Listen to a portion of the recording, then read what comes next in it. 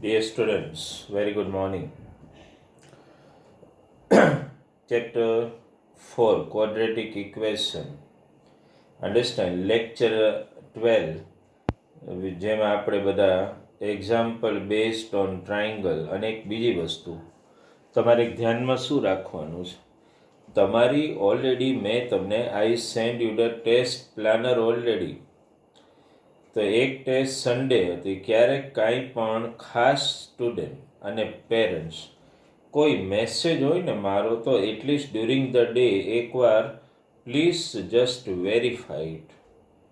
Sunday એક આપણે test મારે ગોઠવ્યો અને હવે સન્ડે ટેસ્ટ રાખવી પડે પણ સન્ડેની ટેસ્ટ હોય ને ઓફ ટાઈમ હોય. જનરલી આપણી ટેસ્ટનો ટાઈમ 8 to 9 હોય રાત્રે, પણ સન્ડેની ટેસ્ટ હોય ને તો એ મારે 12 o'clock અરાઉન્ડ લેવી પડે. એટલે પછી જો કે ઘણા student who are accurate in reading tuition messages એ બધાએ અપ ટુ ડેટ ટેસ્ટ આપીને આઈ રિસીવડ ઇટ. તો બાકીના સ્ટુડન્ટ વેરીફાઈ કરતા રહે અને મને ટેસ્ટ ટાઈમ ટુ ટાઈમ મળે ને that is also necessary for you. Understand? Test properly આપો અને ટાઈમ ટુ ટાઈમ મને મળી જાય that is also necessary. Okay, હવે જો સ્ટુડન્ટ આજનું જે આપણું ચેપ્ટર 4 WP2 એનું લેક્ચર 13 આપણે લઈએ ને, ચેપ્ટર 4 WP2 અને એનું માની લો કે લેક્ચર નંબર 13 તમે લ્યો આજે. તો હવે આપણી કેટેગરીમાં બાકી શું રહેશે? બધા હાર્ડ સમ જ બાકી રહેશે ને. From the work paper hard sum from 33 onwards. Understand? બધા હાર્ડ સમ જ છે. અમુક હાર્ડ છે અને અમુક ઇઝી પણ છે depending on the given data. Understand? 33 to almost 38 સુધી બધા ઓલમોસ્ટ 39 સુધી હાર્ડ સમ જ છે બધા. અન્ડરસ્ટેન્ડ? અને દરેકમાં થોડું ધ્યાન આપવાની જરૂર છે, થોડું અટેન્શન આપો તો સમ આમ તો ઇઝીલી ટ્રાય આઉટ થઈ શકે છે. Tech an example. If we start from number 33 કરો ને એટલે 34 તમને ઇઝીલી આવડી જશે. 34th જે સમ છે ને એનો ડેટા પહેલા રીડ કરો. શું કીધું છે? Read the data. તમારી પાસે તો ફિઝિકલ કોપી છે એટલે ડેટા રીડ ઇઝીલી કરી શકો. તો શું કીધું છે એમાં? Cottage industry produces toys. આખો ડેટા વાંચો. આમ શું છે, sum is not so hard, પણ ડેટા થોડો એવો કોમ્પ્લિકેટેડ આપેલો છે ને અને પ્લસ થોડો લેન્ધી ડેટા છે એટલે થોડું એવું બને કે સમ રીડ કરો. થોડો રીડ કરવાની આપણે આળસ હોય જ એટલે થોડું સમ આપણે રીડ શાંતિથી ન કરીએ ને then the sum feels difficult to you. બાકી આમ જુઓ તો ડિફિકલ્ટ નથી. એમાં શું ડેટા આપ્યો છે? Cottage industry produces goods toys. પછીનું સ્ટેટમેન્ટ જે છે ને એ સમનું મેઇન હાર્ટ છે. શું કીધું છે? The cost of production per day. જો વાંચો.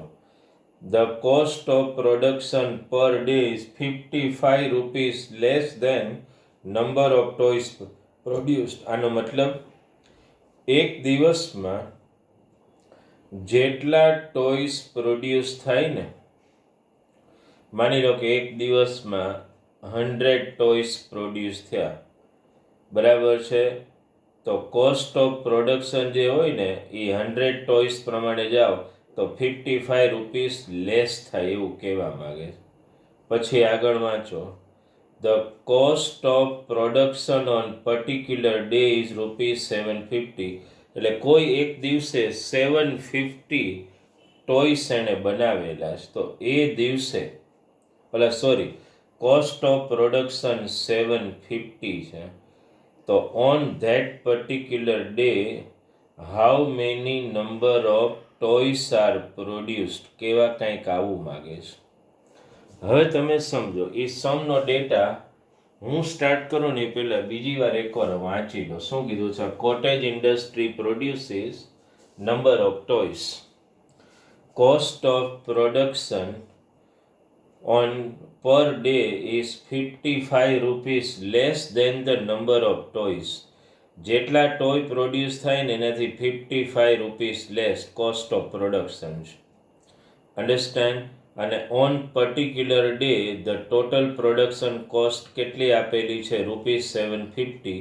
તો એ જે દિવસ હોય ને, જે દિવસે કોસ્ટ ઓફ પ્રોડક્શન 750, એ દિવસે ઓન ધેટ પર્ટિક્યુલર ડે કેટલા ટોય પ્રોડ્યુસ કર્યા હશે એ આપણે સમજવાનું છે. હવે એક સમજી લો છોકરાઓ, તમારે ફાઇન્ડ શું કરવાનું છે? સમનો એન્ડ જુઓ, નંબર ઓફ ટોય. તો એ તો તમને ખબર, જે ફાઇન્ડ કરવાનું હોય ને ત્યાંથી હંમેશા સમ સ્ટાર્ટ થાય. Let number of toys produced number of toys produced per day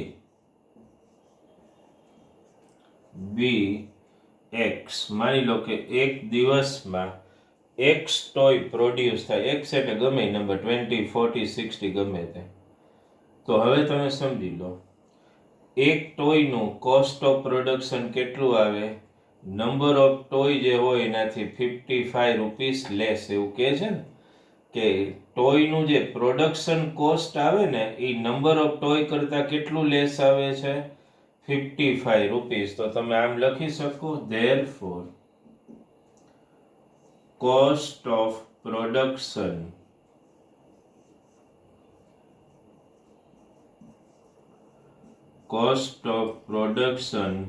per toy per day equal to, શું લખું હું? કેટલા રૂપીસ લેસ આવે? 55. તો આપણે આવું લખવું પડે ને, x minus 55 રૂપીસ. મગજમાં ઉતર્યા? જેટલા ટોય પ્રોડ્યુસ કરો તો એનાથી 55 રૂપીસ લેસ કોસ્ટ ઓફ પર ટોયનો થાય. અન્ડરસ્ટેન્ડ? એક ટોયનો નહીં, એક ટોયનું કોસ્ટ ઓફ પ્રોડક્શન આ થાય, x minus 55. એવા તમે કેટલા ટોય પ્રોડ્યુસ કરો છો એ ગોતવાનું, પણ એક દિવસનું કોસ્ટ કેટલું આપ્યું છે? 75. તો આમ થાય ને, જો સમજો, ઇક્વેશન બનાવો. એક ટોયનું cost of production x minus 55. આ એક ટોયનું, એવા કેટલા ટોય તમે પ્રોડ્યુસ કરો છો? x. તો x ટોયનું એટલે આની યાર x લેવું પડે, ઇઝ ઇક્વલ ટુ, અન્ડરસ્ટેન્ડ, 75. તો 750 રૂપીસ. એ તો આપને ઓલરેડી કોસ્ટ જ આપી દીધું છે. આઈડિયા આવે છે તમને? અન્ડરસ્ટેન્ડ? સોરી, અહીંયા એક ઓકે, સમના ડેટામાં એક મિસ્ટેક થઈ જાય છે, ધ્યાન આપજો તમે. એમાં હું વાંચ્યું એટલે મારી પાસે પીડીએફ થોડી નહોતી, એટલે એકચ્યુઅલી આવું છે 55 માઇનસ 1. શું કામ? એટલે એમાં એવું કીધું છે કે number of toy produced, understand, એનાથી કોસ્ટ ઓફ પ્રોડક્શન 55 લેસ. આવું છે. હવે આને બ્રેકેટને ખોલી નાખો, સમજી લો. આ કોસ્ટ ઓફ પ્રોડક્શન થયું અને x નંબર ઓફ ટોય. હવે આને મલ્ટીપ્લાય કરો, 55x માઇનસ x સ્ક્વેર. આને હું ટ્રાન્સફર કરી લઉં, માઇનસ 750 ઇક્વલ ટુ 0. રીઅરેન્જ તો કરો, ભેગી સાઇન ચેન્જ. જો રીઅરેન્જ કરો એટલે આ પહેલા આવે, આ પછી આવશે, અને આ plus 750 equal to 0. Understood? Sorry, sign change હવે કરશું, અત્યારે તો ખાલી રીઅરેન્જ કરો, બધાની સાઇન બદલાવી નાખો.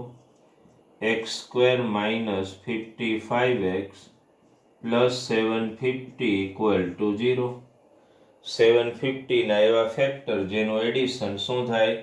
55 થાય. ફેક્ટર તો આવડી જાય ને, હા વિજિત છે ને. અન્ડરસ્ટેન્ડ? દાખલા કે 25 30 જાય, 25 પ્લસ 30 ઓલરેડી આવી ગયું. તો ફેક્ટર તો ઇઝી જ પડી ગયા તમને. શું? x square minus 25x minus 30x plus 750 equal to 0. Common કાઢો તો આમાંથી x, આ માઇનસ 25, આ -30, આ -25 ઇક્વલ ટુ 0. એટલે x માઇનસ 25 અને x માઇનસ 30 ઇક્વલ ટુ 0. બેને 0 સાથે કમ્પેર કરો એટલે 25 ઓર 30 આ બે આન્સર આવી શકે. 25 અને 30 એટલે એનો મતલબ એવો થાય કે cost of number of toy produce per day એ 25 પણ આવે અને 30 પણ આવી શકે. આ એક બેઝિક વસ્તુ મગજમાં રાખવાની. શું લખશો? Therefore number of toys per day, number of toys, okay, per day are 25 or 30. આ રીતે સમ છે. ક્લિયર? ઇઝી છે sum, right? Cost of production per day 55 minus x. Understand? જેટલા નંબર ઓફ ટોયસ હોય ને એટલું લેસ કોસ્ટ ઓફ પ્રોડક્શન આવે છે. સમમાં થોડું મને એ કહેવામાં મિસ્ટેક થઈ ગઈ. અન્ડરસ્ટેન્ડ? નંબર ઓફ ટોય હોય ને એટલું કોસ્ટ ઓફ પ્રોડક્શન લેસ આવે છે. એ રીતે સમ છે. એક્સ માઇનસ 55 નહીં, નંબર ઓફ ટોયસ 55 માંથી માઇનસ, એ રીતે. તો આ સમ નંબર 33 આપણે કર્યો. તમે સમ નંબર 34 જે છે ને આ ટાઈપનો છે. આ જ ટાઈપના સ્ટેટમેન્ટ લેવાના છે એટલે તમને એમાં કાંઈ ડિફિકલ્ટીસ બહુ થશે નહીં. ખાલી એકવાર વેરીફાઈ કરી લો.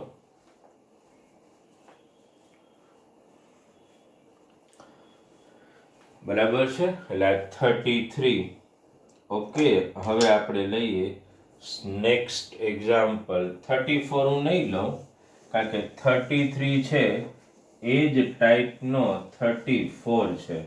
એટલે 34 તો તમે જાતે કરી શકશો. હવે જે 35 જે છે ને, જે એક્ઝામ્પલ મારે હવે તમને ગણાવવાનો છે, હું જે છે એ ખાલી અહીંયા ડાયાગ્રામથી એને એક્સપ્લેન કરીશ. તમને હું એમાં 3 મિનિટ આપું છું. એકાદ 2 મિનિટ ખાલી તમે સમ રીડ કરી લો પહેલાં. કારણ કે હું તમને અહીંયા છે ને ડાયરેક્ટ ડાયાગ્રામેટિકલી જ સમ એક્સપ્લેન કરીશ. આખો સમ તમે રીડ કરો. Sum number 35 which we are targeting. એમાં જુઓ કે રેક્ટેન્ગ્યુલર પાર્ક ગાર્ડન ડિઝાઇન કરવાનો છે. તમે ખાલી સમ એકવાર જે છે ને તમારી રીતે રીડ કરી લો before you attend the lecture number 35. એકવાર રીડ કરી લેશો ને પછી હું થોડો ડાયાગ્રામેટિકલી સમજાવીશ એટલે તમને ક્લિયર થઈ જશે. કારણ કે એમાં રેક્ટેન્ગ્યુલર પાર્ક એની લેન્થ બ્રેથ કરતાં 3 મોર છે એવું કીધું છે. x + 3 કીધું છે. અન્ડરસ્ટેન્ડ? એટલું જ પાછું નહીં, પાછો એક બીજો જે આઇસોસેલેસ ટ્રાયંગ્યુલર પાર્ક છે એનો બેઝ એ આ રેક્ટેન્ગ્યુલરની બ્રેથ, ગાર્ડનની બ્રેથ જેટલો જ છે. અને ગાર્ડનનો એરિયા પહેલાં કરતાં 4 સ્ક્વેર સેન્ટીમીટર વધારે એવું આપેલું છે. રીડ કરી લો તમે સમ બરાબર અપ ટુ ડેટ. પછી હું તમને ડાયાગ્રામેટિકલી એક્સપ્લેન કરું.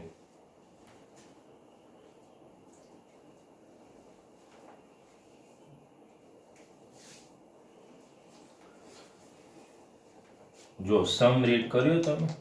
હવે એમાં શું કહેવા માંગે છે ને એ પ્રમાણે જઈએ. જો એમાં આવું કંઈક કે એક આવો આઇસોસેલેસ ટ્રાયંગ્યુલર ગાર્ડન અને એની જ નીચે પાછો આવો રેક્ટેન્ગ્યુલર પાર્ક છે. જો આવું diagrammatically I am trying to explain you. આ આઇસોસેલેસ ટ્રાયંગ્યુલર ગાર્ડન અને રેક્ટેન્ગ્યુલર પાર્ક. અન્ડરસ્ટેન્ડ? આ આઇસોસેલેસ ટ્રાયંગલ છે એટલે આ બે સાઈડ આપણે ઇક્વલ માની લો કે કહી દઈએ. હવે આ જે આઇસોસેલેસ ટ્રાયંગલ એનો બેઝ અને રેક્ટેન્ગ્યુલર પાર્કનો બેઝ બે સરખા છે. એટલે આને આપણે x લઈએ તો આનું પણ આ બેઝ શું થયું? x જ થયું ને. અને રેક્ટેન્ગ્યુલર ગાર્ડન એની લેન્થ આ થઈ એ બ્રેથ કરતાં 3 વધારે એટલે શું કહેવી પડે? x + 3 કહેવી પડે. એ સિવાય તમને શું આપેલું છે? આ જે આઇસોસેલેસ ટ્રાયંગ્યુલર ગાર્ડન છે ને, અન્ડરસ્ટેન્ડ, એનો તમને અલ્ટિટ્યુડ 12 આપેલી છે. આ ડેટા ઓલરેડી છે, 12 અલ્ટિટ્યુડ આપી દીધી છે તમને, અન્ડરસ્ટેન્ડ. એ સિવાય તમને શું આપેલું છે, તો આ ડેટા છે કે આનો જે એરિયા છે ને રેક્ટેંગ્યુલર પાર્કનો, એ આના કરતા 4 સેન્ટીમીટર વધારે છે. આવું 4 સ્ક્વેર મીટર વધારે છે એવું કીધું છે. ટૂંકમાં આનો એરિયા એ આના કરતા 4 સ્ક્વેર મીટર વધારે છે એવું કીધું છે. તો હવે આપણું પહેલું કામ શું છે ખબર? આ ટ્રાયંગ્યુલર પાર્ક જે છે ને એનો પહેલા એરિયા, પણ એ પહેલા આ રેક્ટેંગ્યુલર ગાર્ડન જે છે પાર્ક, એની બ્રેથને આપણે સપોઝ કરીએ ને એક સ્ટેટમેન્ટ લખવું પડે. લેટ breadth of rectangular, એ એક આપણે લખવું પડશે, રેક્ટેંગ્યુલર પાર્ક બી x મીટર, એ એક આપણે લખવું પડે કે આની બ્રેથ x મીટર છે. પછી તો સમમાં તમને એની લેન્થ આનાથી 3 મોર એટલે x+3 આપી દીધું છે. આની અલ્ટિટ્યુડ 12 એ આપી દીધું છે.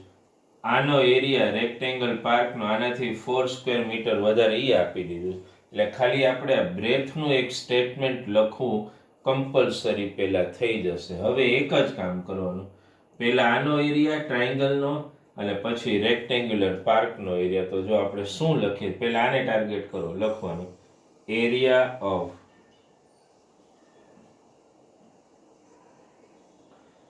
ટ્રાયંગ્યુલર, એ જોઈ લેજો ગાર્ડન હોય ગાર્ડન કે પાર્ક, કઈ એનાથી ફરક ન પડે. ગાર્ડન ઇક્વલ ટુ ટ્રાયંગલના એરિયાની ફોર્મ્યુલા તો ખબર જ છે ને, હાફ ઇન્ટુ અલ્ટિટ્યુડ. કેટલી અલ્ટિટ્યુડ છે બોલો? 12. બેઝ કેટલો છે?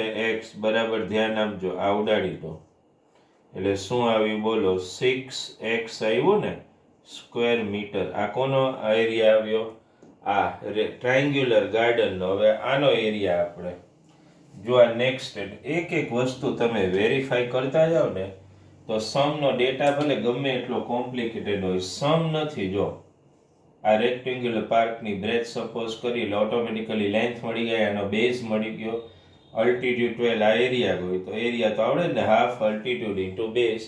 હવે ત્રીજું સ્ટેપ, આનો એરિયા રેક્ટેંગ્યુલર ગાર્ડનનો. તો થર્ડ સ્ટેપ શું આવે બોલો? રેક્ટેંગ્યુલર ગાર્ડનનો એરિયા. તો શું લખો તમે? Area of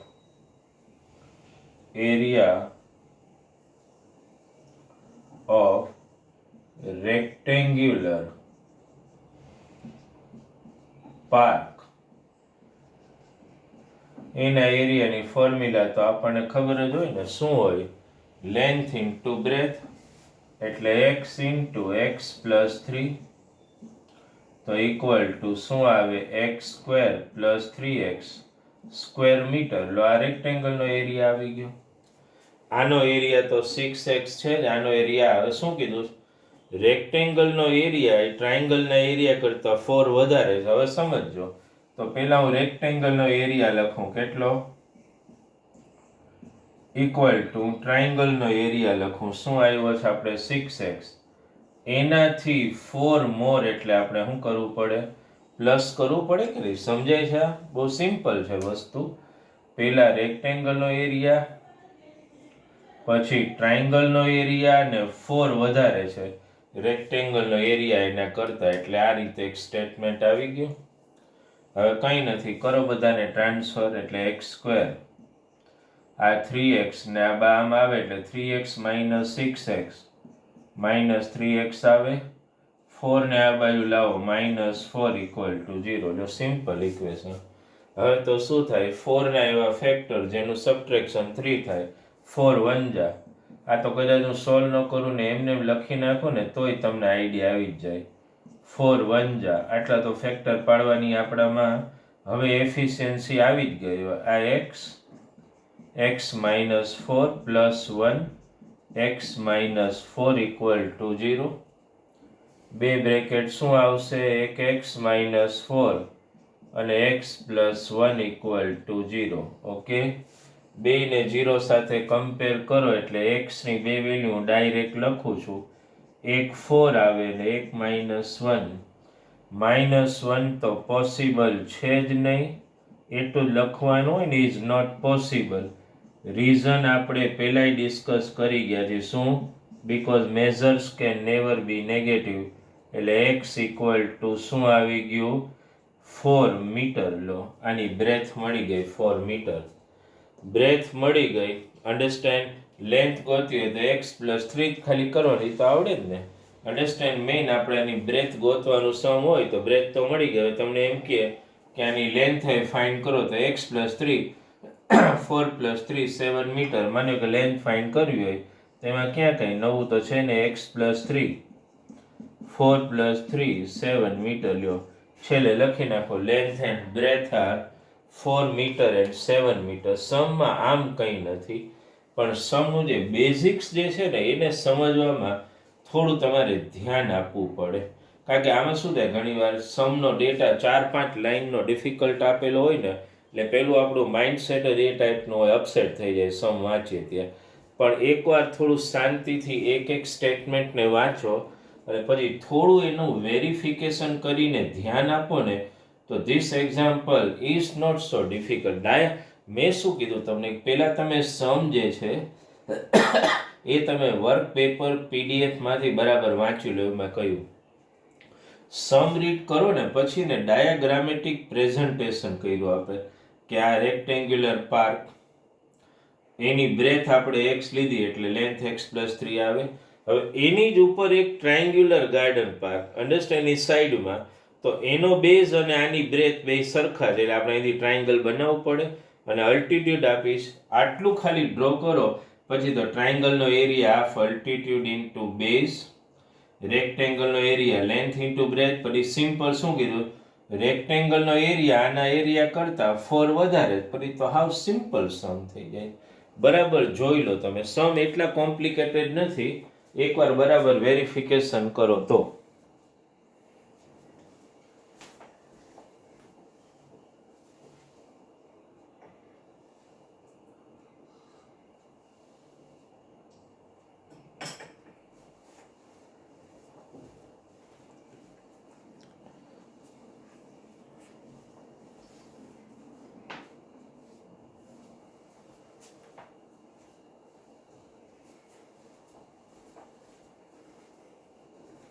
okay, clear? બરાબર. તો જો 33 આપણે ગણ્યો, 34 મેં વર્કિંગમાં આપ્યો, આ 35, પછી 36 જે છે ને, બરાબર છે, એ તમારે સેલ્ફ સ્ટડીમાં જ રહેશે. એ સમ કાંઈ એટલો હાર્ડ નથી કે યુ કાન્ટ સોલ્વ. બરાબર છે? એટલે આજનું જે આપણે સેશન લઈએ ને, બરાબર છે, એમાં એ ધ્યાનમાં રાખો કે બીજા સમ જે છે એને આપણે મિક્સઅપ નથી કરવા અહીંયા. Understood? I do not want to mess up with the other examples.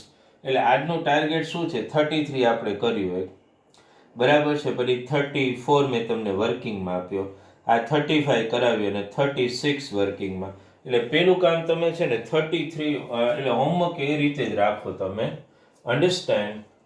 એ એક મગજમાં રાખો જ ને તમે. આપણે કાંઈ બીજા ઓલા 3 હાર્ડ સમજી છે ને એ મારે આની સાથે મિક્સિંગ નથી કરવા. ટાર્ગેટ એ છે આપણે કરી જ શકીએ, પણ નકામો એને કારણે થોડું ડેટા ડેવિએટ થાય એના કરતાં. જો આ 33 મેં ગણાવ્યો, એવો જ 34 છે, આ 35 ગણાવ્યો ને એક 36 સેલ્ફમાં. એટલે આજના વર્કિંગમાં કદાચ તમે એવું ગણો ને કે ભલે 4 સમ થાય તો એ 4 સમ ગણો, કારણ કે પછીના જે છે ને એ બધા મારે ગણાવવા છે સેશનમાં. એટલીસ્ટ આ 4 સમ ગણી નાખો હોમવર્કમાં. અન્ડરસ્ટેન્ડ? અને એક બીજી વસ્તુ, થોડું હોમવર્ક એટલે લેસ છે કે પેરેન્ટ્સ ખાસ ધ્યાન આપે, કારણ કે જો ડેઇલી ટેસ્ટ જે છે એ ફિક્સ ટાઈમે લેવાની છે, બરાબર છે. તો 8 to 9 નો જે ટાઈમ હોય ને એમાં મેથ્સની ટેસ્ટ આપણે પેરેલલ ચાલે છે, મેથ્સ ને સાયન્સની. કારણ શું છે કે ચેપ્ટર 4ની આપણે પેરેલલ ટેસ્ટ રાખી, ચેપ્ટર 7ની મેં ટેસ્ટ હમણાં એવોઇડ કરી કે ભાઈ પછી લઈ લઈએ, પણ ચેપ્ટર 4 ક્વોડ્રેટિક ઇક્વેશન એની ટેસ્ટ આપણે કન્ટિન્યુ રાખી. અન્ડરસ્ટેન્ડ? ને પ્લસ આપણે એની સાથે સાથે આપણા પ્લાનરમાં એક આપણે લઈ લીધું છે ચેપ્ટર 3 ને 12, અને 3 ને 12ના જેટલા ટોપિક મેં તમને જે ટેસ્ટ પ્લાનર મોકલ્યું છે ને, બતુલ તારો એ ક્વેશ્ચન હતો ઘણા કે ભાઈ કેટલું પોર્શન કેન્સર છે. તો અત્યારે સમજો, જ્યારે આપણી ET4 હતી ત્યારે મેં બેક ટુ બેક જે લેક્ચર મોકલી એમાં that way we covered the whole chapter. પણ હવે રિયલી બોર્ડના કેરિક્યુલમ પ્રમાણે તમારી જે બોર્ડ ટેસ્ટ જે આવશે ને એમાં મેં જેટલા ટોપિક ત્યાં લિસ્ટ કરેલા છે ને, તમે ટેસ્ટ શેડ્યુલ જોઈ લો, એટલા ટોપિક તમારે પ્રિપેર કરવાના છે, એનાથી વધારે નહીં. કારણ કે બાકીના બધા ટોપિક આર એક્સક્લુડેડ. હું તમને PDF કાલ કે મોકલી દઉં છું, એટલે વેરીફાઈ કરી લો. અન્ડરસ્ટેન્ડ? એટલે ટૂંકમાં ટેસ્ટ શેડ્યુલ પ્રમાણે પ્રિપેરેશન કરવાની. એટલે by the time next Sunday સુધીમાં આપણે ચેપ્ટર 12 અન્ડરસ્ટેન્ડ અને ચેપ્ટર 4નું જેટલું થાય એટલું, પણ 12 તો આઈ થિંક શેડ્યુલમાં લગભગ પતી જાય છે, 3 ને 12 બંને, તો એ આપણે પતાવવાના છે. અન્ડરસ્ટેન્ડ? એટલે એટલા માટે જ હું સાયન્સના લેક્ચર નથી મોકલતો, કારણ કે પેલું સાયન્સનું રીડિંગ થતું જાય અને એની ટેસ્ટ પતી જાય ત્યાં સુધી મેથ્સના બેક ટુ બેક લેક્ચર્સ આપણે રાખવા પડે, જેને કારણે ચેપ્ટર 4 આપણે પૂરું કરી શકીએ. હવે વધુમાં વધુ ચેપ્ટર 4માં મારે 2 સેશન જોશે, એક ઓલા 3 હાર્ડ સમ બીજા, અને પછી થોડા MCQs જે છે એનું આપણે એક રિવિઝન થોડું કરાવવું છે એટલા માટે. અન્ડરસ્ટેન્ડ? રાઈટ? તો એ રીતે ધ્યાનમાં રાખજો. ઓકે છોકરાઓ, થેન્ક યુ વેરી મચ.